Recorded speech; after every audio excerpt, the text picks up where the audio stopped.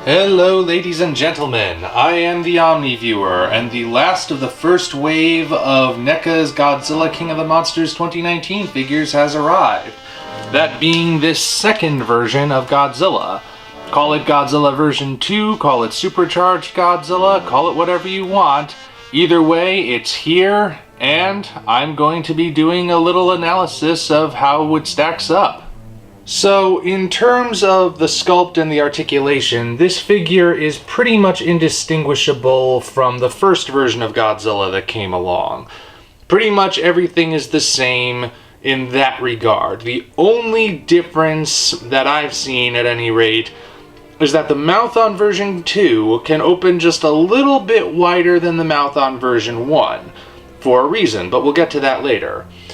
Now, something I did notice is that the legs on this guy shipped completely straight with the knees locked.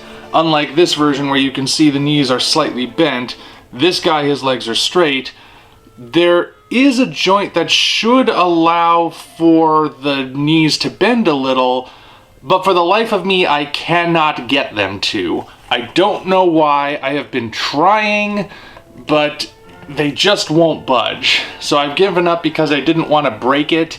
I will keep fidgeting around with it at some point, but for right now, for some reason, I just can't get his legs to bend, so he winds up standing kind of awkward looking, but I mean, he still stands, so whatever.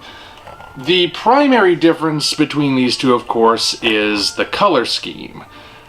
Now, this of course is meant to be Godzilla after Serizawa got him juiced, as they say in the movie, so obviously the paint is where the difference lies. This first Godzilla was flatly colored with shades of sort of green and brown modeled throughout, and was much lighter than the 2014 figure. This figure, as you can tell, the skin is much darker, and there is a lot, and I mean a lot, of blue.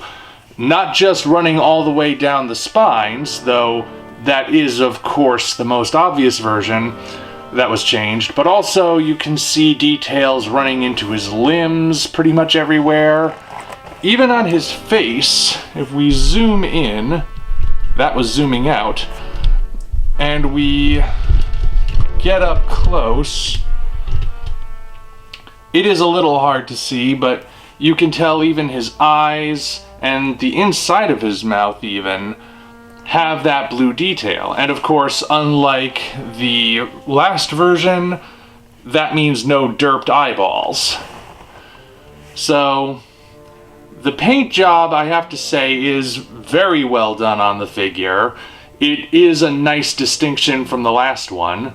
So, well, that just speaks for itself. And even on the spines, it's sort of got a glossy, almost metallic look to it that really does capture the way it looks in the movie, even though it doesn't have any translucency, so it can't be lit up or glow or anything. It still looks really good.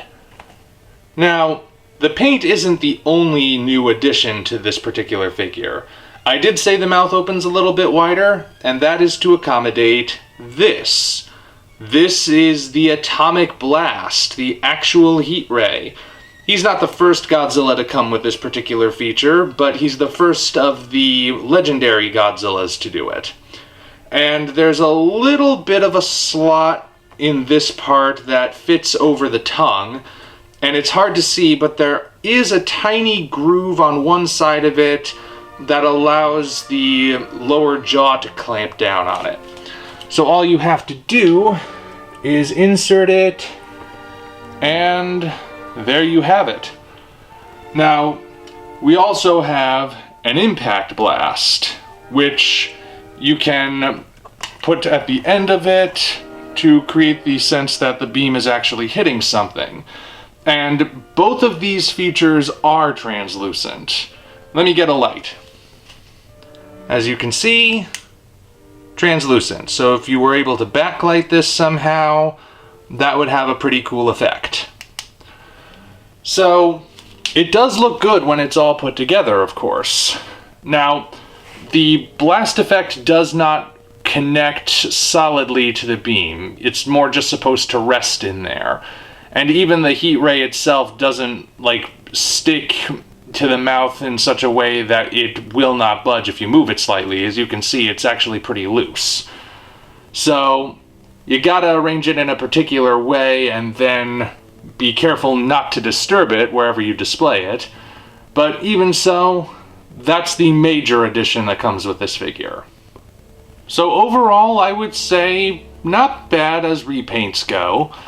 I do want to figure out how to get these legs to bend so he looks a little less awkward standing there, but otherwise, not bad. And the paint on the figure is much better than the last one, if only for the fact that the eyes match each other this time around.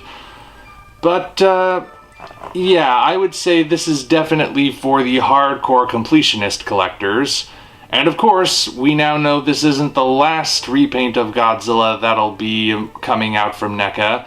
They're also doing the version 3, or the burning/fire Godzilla from the end of the film. So, that'll be pretty interesting, I think. I'll be doing a video on that when it arrives as well, whenever that winds up happening. I don't think we have a release date yet. But those are just my thoughts on this last entry in Phase 1 of these figures. So, that's the long and the short of it. Until such time as we meet again, this is the Omni Viewer signing off. If you enjoyed this video, be sure to like it as well as subscribe to the channel for more content of a similar nature. Also, check the description for links to our Twitter, DeviantArt, and Patreon pages, as well as the Amazon link for the novel Operation Red Dragon: The Daikaiju Wars Part 1, penned by yours truly. Thank you all, and we appreciate your support.